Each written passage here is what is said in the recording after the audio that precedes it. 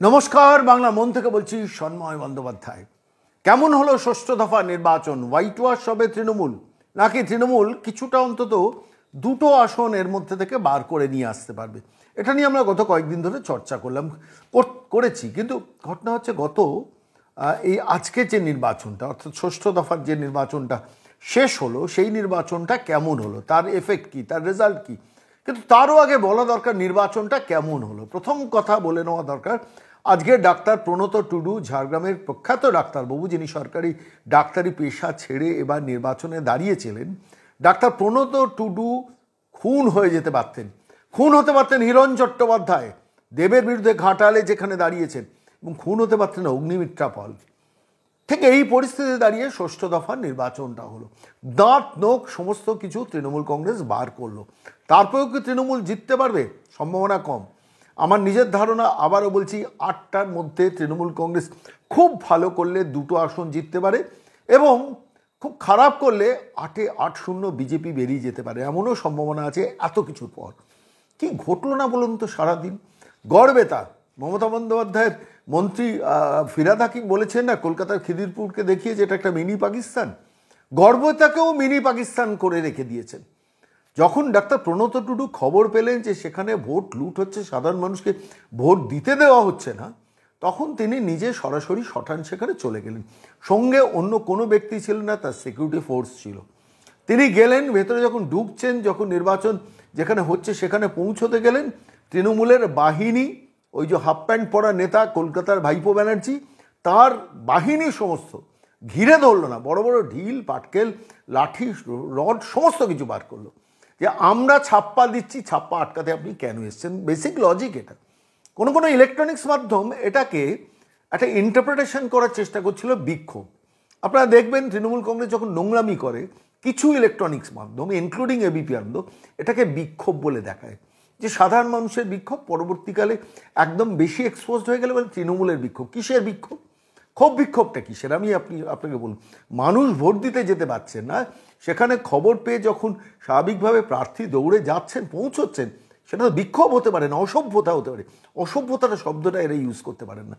অসভ্যতা নয়, আজকে মারমুখী তৃণমূলের বাহিনী, ওই 200 টাকা, 300 টাকা, 100 টাকা যে তোলাবাজ বাহিনী আছে, তারা, ভাইপোর হাফ প্যান্ট পরা ভাইপো ব্যানার্জির নেতা, তার যে বাহিনী আছে, তারা ধেয়ে এলো শুধু না, ডাক্তার প্রণত টুডু আজকে খুন হয়ে যেতে পারতেন। দৌড়াচ্ছেন, আমরা দেখছি বড় বড় ইটপাট খেল পেছনে পড়ছে, এমনকি যারা সিকিউরিটি ফোর্স তারা পর্যন্ত আক্রান্ত হলো, রক্ত ঝরলো।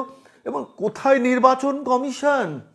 কিউআরটি ফোর্সকে ডাকতে ডাকতে সমস্ত মানুষ খুন হয়ে যাবে, তারপরে নির্বাচন কমিশনের ঘুম ভাঙবে। 919 কোম্পানি, আমি দেখছিলাম, সম্ভবত 919 কোম্পানি বাহিরে থাকার পরে যদি এইভাবে ডাক্তার প্রণত টুডুকে খুন হয়ে যেতে হতো, এই নির্বাচন কমিশন থাকার থেকে না থাকা ভালো। আমি আজকে ডাক্তার প্রণত টুডুর নিজের ওর টিমের কেউ বা কোনো একটা মিডিয়ার তরফ থেকে কেউ একজন এই ভিডিওটা করেছেন। এই ভিডিওটা দেখুন, দেখলে চমকে উঠবেন। এই ভিডিওটা আপনারা আগে দেখুন।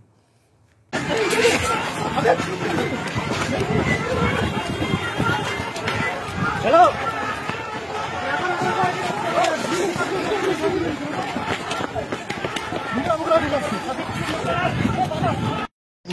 মাথায় চোট লেগেছে, মাথায়, এবং আমি জানি না যে আমার সিকিউরিটি সবাই এসে, সিকিউরিটি সব লোক আয়, সব লোক হয় না, আমাদের কাজ ভেঙে দিয়েছে, গাড়ির কাজ ভেঙে দিয়েছে, এবং হচ্ছে যে শুধু গাড়ির কাজ না, দেখুন গাড়ির কাজ ভেঙে দিয়েছে, মাথা আমার ইট লেগেছে, এখানে ব্যথা করছে আমার, ঠিক আছে, এবং হচ্ছে যে এইবার শুরু করেছে, ঠিক আছে। ভাবতে পারেন এটা নির্বাচন হচ্ছে সারা ভারতবর্ষে সম্ভবত 58টা জায়গায় ভোট হচ্ছে, তার মধ্যে 8টা পশ্চিমবঙ্গে। 50টা নির্বাচন ক্ষেত্র সারা ভারতবর্ষ, সেখানে কোনো অভিযোগ নেই। এই 8টা নির্বাচন কেন্দ্রকে ধরে ধরে প্রত্যেকটা জায়গায় আক্রমণ। হিরণ চট্টোপাধ্যায় আজকে কেশপুরে আক্রান্ত হলে, দেব, মহানায়ক দেব, গরুর টাকা নেওয়া সিনেমা করা দেব, সে দেব খুব বড় বড় লম্বা চওড়া ডায়লগ মারছিলেন না? আজকে কেশপুরে সেই বাহিনী হিরণ চট্টোপাধ্যায়কে কীভাবে আক্রমণ করেছেন, সেটা ভিডিওটা আমি আর দেখাচ্ছি না, আপনারা দেখেছেন, যে তিনি একটা বুথ থেকে আরেকটা বুথে কেশপুরে যাচ্ছেন, তার রাস্তা ব্লক করে দিল। নেতৃত্ব দিচ্ছেন কে? রফিক, তৃণমূলের সেই নেতা, কয়লা, গরু, বালি, পাথরে যেসব নেতারা আছে তার মধ্যে একজন নেতা, সেই রফিকের নেতৃত্বে রাস্তায় টায়ার জ্বালিয়ে একদম হিরণ চট্টোপাধ্যায়কে এক পা এগোতে দেওয়া হলো না। নির্লজ্জ দেব এরপরও বলবেন যে কেশপুরে ভালো ভোট হয়েছে। কেশপুরটা জালিয়াতি করার এই স্টাইলটাকে অপারেট করলেন, যে হিরণকে ঢুকতে দিলেন না, জালিয়াতি করলেন। এরপরে যদি দেব জেতেন তারপর বড় মুখ করে বলবেন তো মানুষের রায়ে ভোটে জিতেছি। সামান্য লজ্জাবোধ পর্যন্ত এই অভিনেতাটির নেই। আমি খালি ভাবছিলাম আজকে হিরণ চট্টোপাধ্যায় যে কোনো সময় খুন হয়ে যেতে পারতেন। তার গাড়িকে সিকিউরিটি ফোর্স ঘিরে ধরলো, তাদের ওপর ইট লাঠি সমস্ত কিছু নিয়ে তেড়ে বাহিনী এলো। কি হচ্ছে বাংলা এটা বলুন তো? সারা ভারতবর্ষে 58টা জায়গায় নির্বাচন হচ্ছে একই দিনে, ষষ্ঠ দফায়। আজকে অন্য কোনো জায়গায় এই অবস্থা নেই, পশ্চিমবঙ্গে ষষ্ঠ দফা নির্বাচন এই অবস্থা কেন? কিসের জন্য? যে হিরণ চট্টোপাধ্যায়ের কি হারের গন্ধ পাচ্ছেন দেব? আপনি ধরুন দেব জিতে গেলেন, এই কলঙ্ক মাথায় নিয়ে জিতবেন তো? যে যেখানে কেশপুরে আপনি ভোটটা করতে দিলেন না, এরা আটকাচ্ছিল কেন? আমি এটা বারবার চিন্তা করছিলাম। বারবার গো ব্যাক স্লোগান বারবার আটকানোর কারণটা কি? দুটো কারণ। একটা হচ্ছে আমরা ছাপ্পা মারছি, আপনি কেন আসছেন, এক। দ্বিতীয়ত হচ্ছে আমরা ছাপ্পা মারতে পারছি না, সেন্ট্রাল ফোর্স খুব অ্যাক্টিভ এবং তার জন্য দায়ী আপনি, তার জন্য আপনাকে গো ব্যাক স্লোগান। একজন নির্বাচনের প্রার্থীকে কেন গো ব্যাক স্লোগান করতে হবে? তার অধিকার আছে, সংবিধান তার অধিকার দিচ্ছে। নির্বাচন অফিসার কি করছেন? নির্বাচন আধিকার কি করছেন? পুলিশের যিনি কর্তা কি করছেন?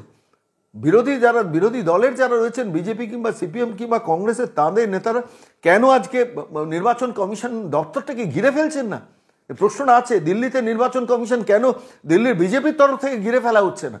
এ ধরনের অপদার্থ অক্ষম একটা নির্বাচন কমিশন ভোট করাচ্ছে, যেখানে অগ্নিমিত্রা খুন হতে পারতেন, যেখানে হিরণ খুন হতে পারতেন, যেখানে ডাক্তার প্রণত টুডু খুন হয়ে যেতে পারতেন। ভাবতে পারছেন কি নির্লজ্জ অবস্থা চলছে আজকে দিনে দাঁড়িয়ে, এই পরিস্থিতি দাঁড়িয়ে? এবং তারপরেও খবর পেলাম, আপনারা জানেন যে একজন শিডিউল কাস্ট মহিলাকে খুন করে দিয়ে গেল তৃণমূল কংগ্রেস, আপনারা জানেন, নন্দীগ্রামের মধ্যে।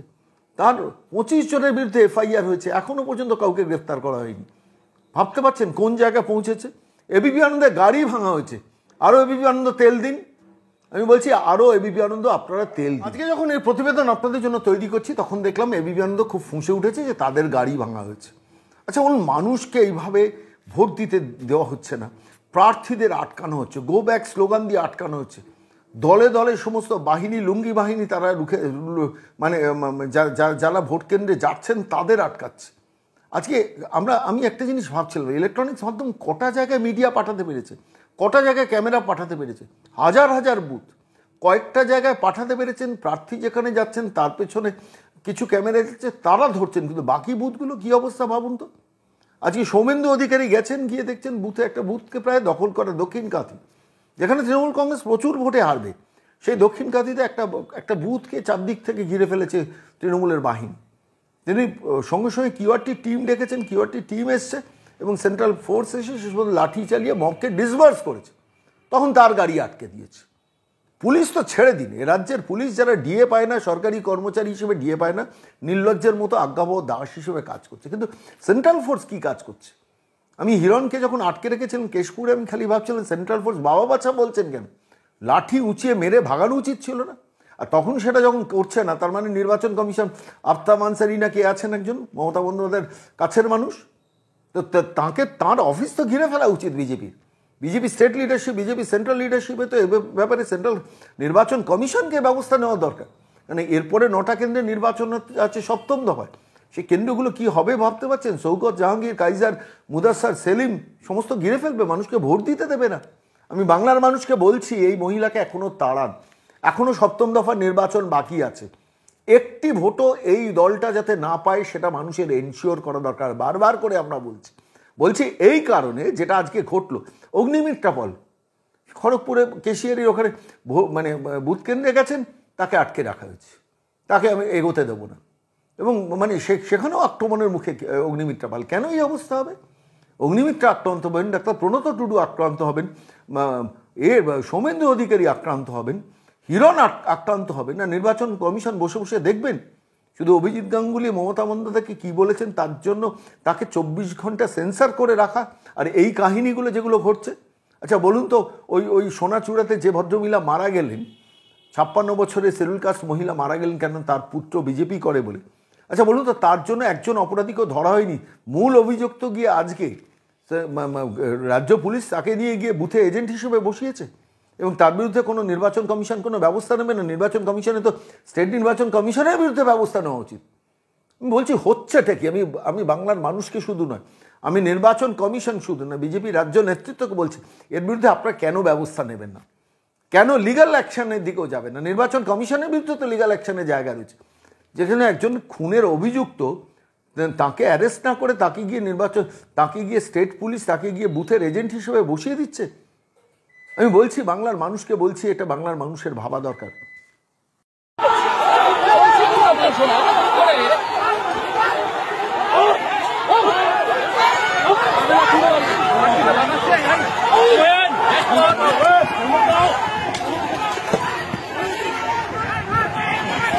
আস্তে আস্তে আস্তে অনির্বাণদা ফোন ফোন ফোন ফোন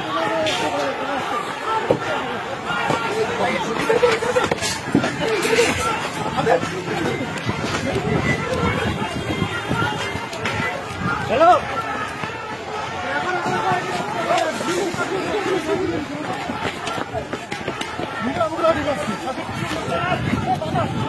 কি হলো ডাক্তার? মাথায় চোট লেগেছে, হ্যাঁ মাথায়। এবং আমি জানি না যে আমার সিকিউরিটি সবাই এসে গেছে, সিকিউরিটি সব লোক আয়ে হ্যাঁ, সব লোক হ্যাঁ।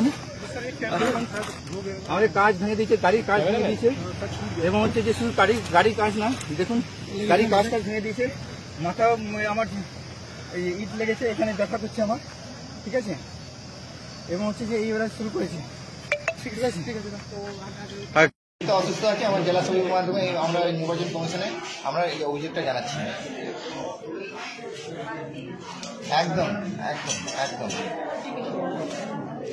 না না, একেবারেই পাচ্ছে না। এটা আপনারা লাইভ দেখতে পেয়েছেন বলে আপনারা এটা বুঝতে পারছেন, এখানে লাইভ আছে বলে ফুটেজটা পেয়েছে বলে আপনারা জানতে পারছেন। কিন্তু অনেক জায়গায় হচ্ছে যে আমার কাছে ফোন আসছে, সেখানে যে আমাদের যে বুথ এজেন্ট যারা আছে ওদের ছেলেগুলোকে মারা হচ্ছে, এবং আমি বারবার করে পুলিশ প্রশাসনকে বলছি, কিন্তু কোনো রকম এনারা কিন্তু সেই ইয়েটা দিচ্ছেন না, গুরুত্ব দিচ্ছেন না। কিন্তু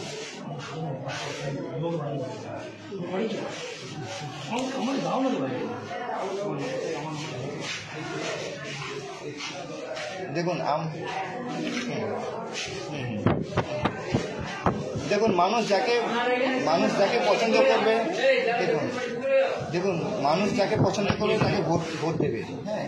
কিন্তু সেখানে যে পুলিশ প্রশাসন যদি কিছু একাংশ পুলিশ প্রশাসন যদি টিমসের হয়ে কাজকর্ম করে, তাহলে মানুষরা কীভাবে স্বাভাবিকভাবে ভোটটা দিতে পারবে বলে আজকে আমি বারবার করে বললাম যে আপনারা ওখানে কুইক রেসপন্স টিম পাঠান, আমি যাচ্ছি, আমার উপরে অ্যাটাক হতে পারে, আমি বারবার করে বলছি, তারপরেও এটা করা হয়নি। তারপরে এই সমস্যাটা তৈরি হলো।